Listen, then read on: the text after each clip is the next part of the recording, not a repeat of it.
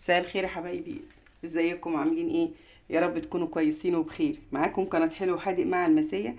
النهارده هنعمل عجة، بس عجة جديدة غير العجة بتاعت الخضار اللي احنا بنعملها. عجة بيعملوها في الصعيد بس، ما اعتقدش ان في حد بيعرفها هنا.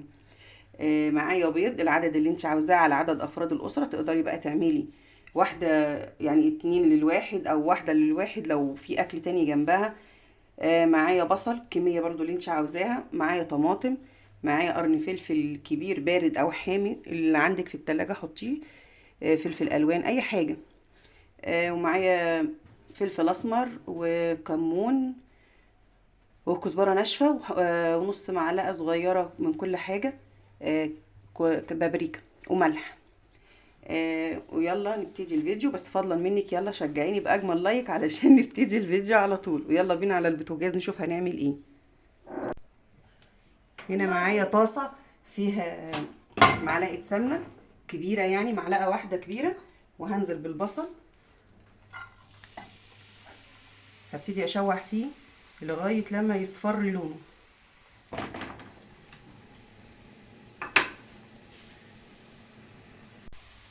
اهو يا حبايبي كده البصلة اصفرت. قبل ما نيجي نحط الطماطم نوطي النار شوية علشان اللي هنحطه ما يطرطش. يعني الأبخرة اللي بتطلع دي هي بيبقى فيها الزيت اللي بيتنطور على الحيطان او السمنة. انا هحط فلفل، ما قطعتش الفلفل كله لقيته حامي مولع، مع ان النوعيه دي من الفلفل المفروض ان هي تبقى بارده. التاني الافضل الغامق هو اللي بيبقى حامي. وهحط البهارات، اقلب تقليبه واحده كده بس.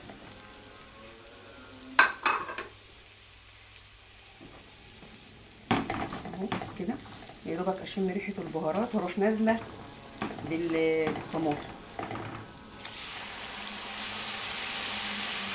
اهو واسيبهم بقى ايه، الطماطم تتسبك شويه مع البصل. بعد كده هنشوف هنعمل ايه. عجه سهله وسريعه وما بتاخدش وقت.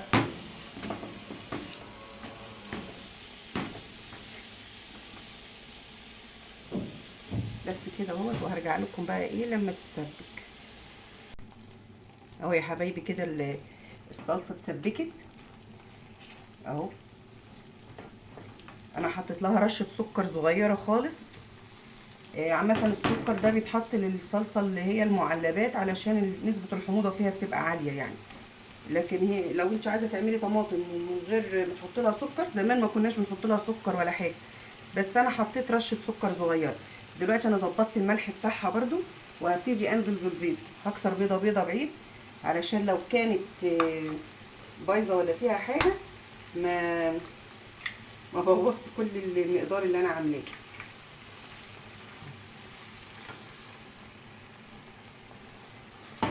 هكسر كل كميه البيض اللي عندي بقى.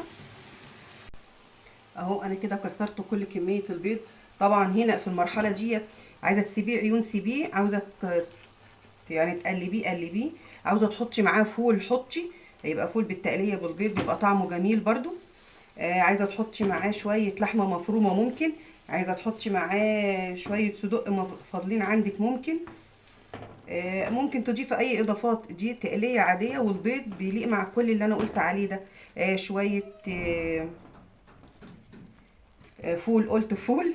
اي حاجه تحبي تحطيها، لو شويه صدق عندك في التلاجة يعني ناشفين وعايزه تطريهم بقى يعني او مركونين وكده، يعني ممكن تحطيهم عليه. ممكن تحطي على الوش شويه جبن لو انت عايزه تحطي، وتغطيهم هتلاقيهم ساحوا بيبقى طعمهم حلو قوي برضو. بس انا هكتفي كده بكده، مش هحط عليه ولا اي حاجه، بس لازم اخلي البيض يستوي حلو. يعني الايام دي هتخلوا البيض يستوي حلو. محدش عارف الادويه اللي بيحطوها للفراخ ايه. كل اللي عنده فرخه بتبيض فاكر ان هو عنده فرخه بتبيض بيضه دهب، خايف عليها، واكيد بيكتروا في الادويه تحسبا لاي امراض يعني، وحفاظا على الفراخ. فالبيض لازم يا جماعه نسويه حلو قوي اليومين دول بالذات يعني، ما ناكلهوش ني. اهو كده خلاص كده، هي كده خلصت. اسهل اكله في الدنيا ممكن تعمليها، بسيطه وسريعه، بتنفع فطار غدا عشاء اي حاجه يعني. هتصد معانا يعني، بالذات لو عليها فول ولا اي اضافات تانية او كده. انا بياكلوها كده عندي، ما بنحطلهاش اي حاجه تاني. بس كده اهوت. في المرحله ديت ما دام انا قلبتها ينفع اظبط لها شويه ملح لو هي عاوزه، بس انا ظبطت لها في الاول. ينفع ارش عليها رشه فلفل اسمر. آه وخلاص كده هي خلصت. ايه رايكم بقى في الاكله البسيطه السريعه دي؟ هي كده هي خلاص كده خلصت. انا هختم معاكم هنا عشان ما اطولش عليكم. يا رب تجربوها الوصفه دي وتعجبكم. وتبعتوا لي ايه رايكم فيها. دي اكله الصعايده بتاعت زمان. بيقول لك التقليه تعمر الدماغ. ما تنسوش يا حبايبي، كانت معاكم قناه حلو وحادق مع المسيه. ما تنسوش تعملوا لايك وشير وسبسكرايب للقناه عشان يوصل لكم كل جديد مننا. اهي كده شكلها اهي، يا رب تكون باينه قدامكم قدام الكاميرا كده. شكلها حلو قوي على فكره، وطعمها في منتهى الجمال.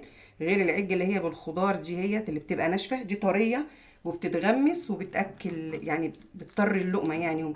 وزي ما بيقولوا كده الصعيده بتحيق اللقمه يعني.